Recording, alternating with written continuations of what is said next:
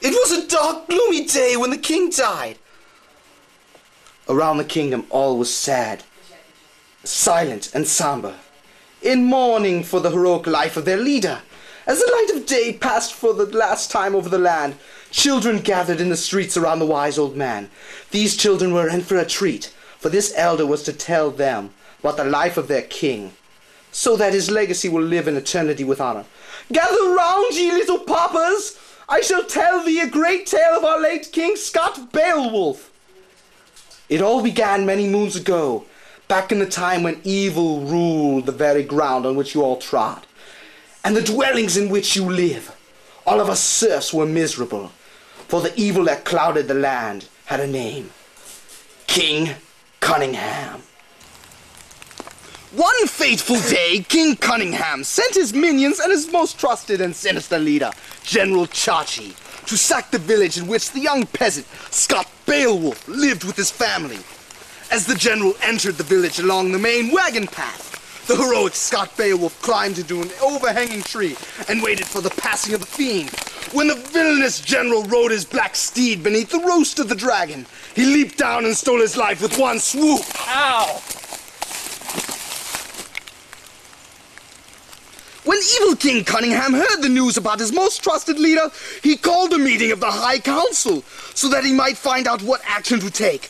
It was decided that the best interest of evil, to try to persuade this incredible youth to join his ranks of evil as top commander. And so the king made a proposition.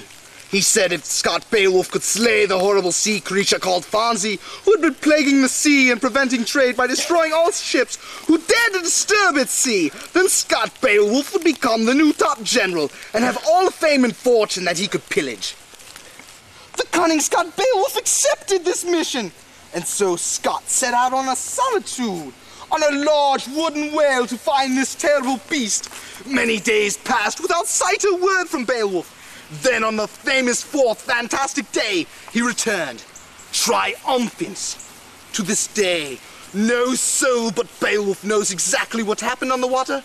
Baiowulf was far too proud to tell. But the wretched beast was found lying dead on some rocks.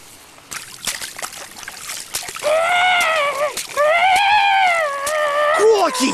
Look at the sea monster dead on the rocks! I wouldn't want to be around that bloke! It's danger, danger, danger! This is Steve Irwin reporting. And so the once thought impossible task was made possible.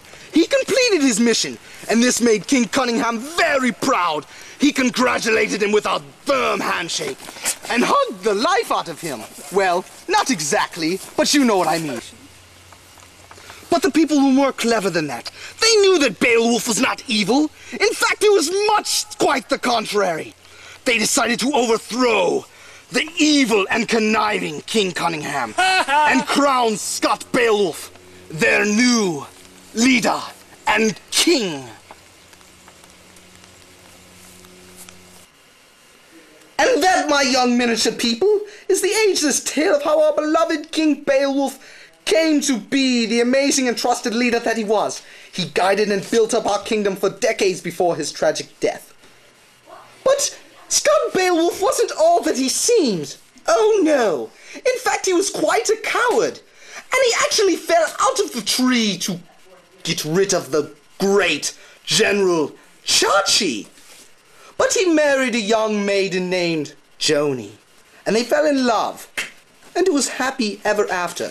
And that is the tale of our beloved King, Scott Baiowulf.